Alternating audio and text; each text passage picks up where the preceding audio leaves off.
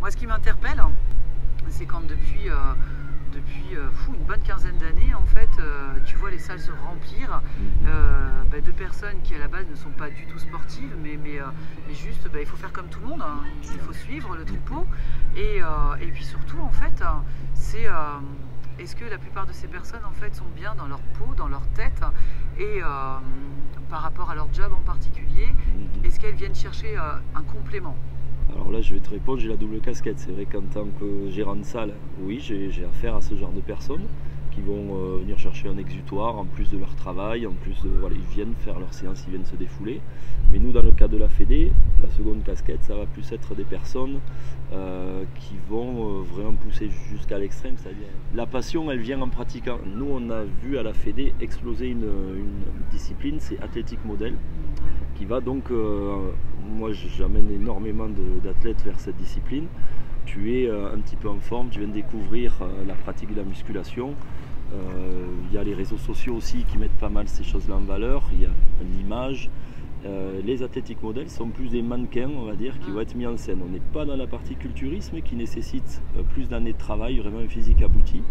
Et voilà, je trouve que le fait qu'ils défilent à maillot puis en tenue de soirée, ça peut être un moyen qu'ils mettent le pied à l'étrier à la scène. Et puis les plus passionnés tireront vers le culturisme. On a des kinés en bikini maintenant.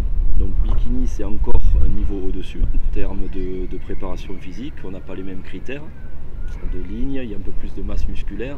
Il y a aussi très nette figure. Alors très nette figure, on est encore dans un niveau physique plus abouti. Très nette figure. Ouais, pour les femmes, je trouve que c'est la catégorie qui leur correspond le mieux. On va plus trop parler de culturisme pour les femmes, je t'explique pourquoi, parce que ça leur demande une sèche vraiment extrême.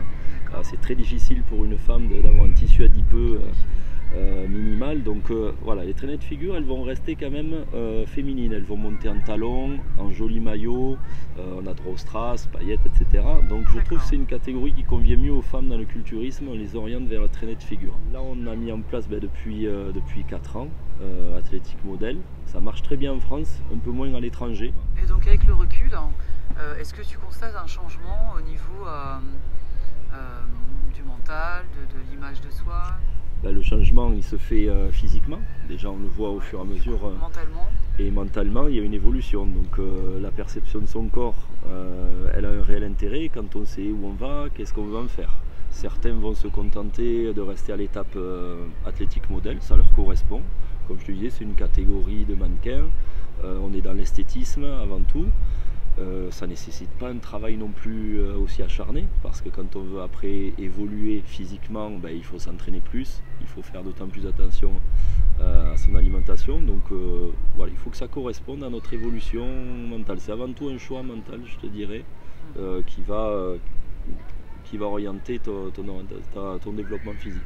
Mais à la base, ce sont quand même des personnes qui attachent une importance énorme au physique.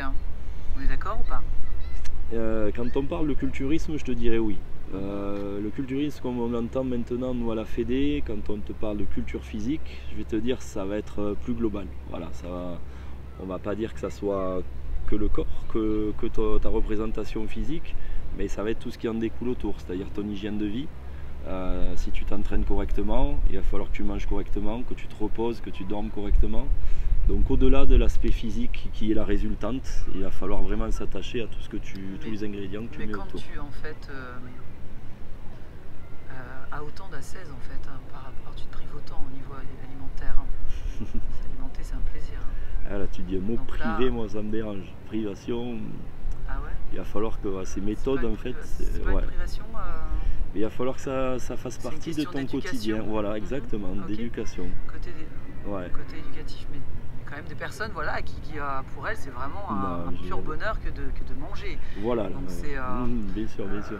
Si cette personne a envie de performer, elle n'a pas le choix, elle sera obligée, donc là ça deviendra vraiment une privation, une contrainte. Ouais, tout à l'heure je te disais, on a réussi à fusionner avec la force, on se rapproche aussi de l'haltéro, je suis affilié à la Fédé d'haltéro. Mais je vais essayer de bien cerner le profil de l'athlète et de l'orienter au mieux à travers les 3 disciplines. Si j'ai un culturiste, comme tu me dis, ou un athlète qui va me dire j'aime trop manger, j'aime trop la vie, je n'arrive pas à me tenir à mon régime.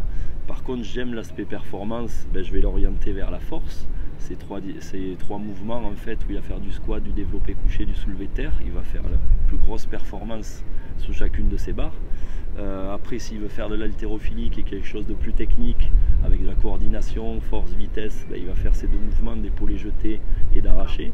Et puis, si quelqu'un a vraiment la volonté de mettre en place ces régimes, on peut parler de régime, voilà, pour pas que ça devienne trop une privation, mais de trouver aussi du plaisir dans ce qu'il fait, il pourra aboutir vers le culturisme. Et j'ai des athlètes qui peuvent faire les trois disciplines, et certains vont me dire non, la sèche, j'y arriverai jamais, je reste sur mes barres à la force et ça me suffit. Alors, le culturisme, ça a toujours eu un retentissement, on va dire, avec l'IFBB, peut-être tu as déjà entendu ce sigle, IFBB. C'est la fédé reconnue à l'international. Alors nous, on se distingue un petit peu de ce mode de pratique parce qu'on a mis en place beaucoup de méthodes, de contrôle antidopage. C'est quelque chose pour nous qui nous tient à cœur dans le cadre de la culture physique. On est dans le bien-être, on n'est pas forcément dans la recherche de performance absolue avec des physiques hors normes. Nos athlètes ont des belles lignes. Et on va s'apercevoir que si on compare les culturistes IFBB et les nôtres, on a 15 kg de moins. Mais voilà, ils ont des critères qui leur appartiennent, des modes de fonctionnement qu'on ne jugera pas et dans lesquels on n'aura pas à rentrer en concurrence. Voilà, nous on va pratiquer de méthodes naturelles et on va essayer d'amener nos athlètes le plus naturellement possible au maximum de leur performance. Ok, je te remercie beaucoup en tout cas pour ce petit moment agréable. Voilà, je vous dis à bientôt.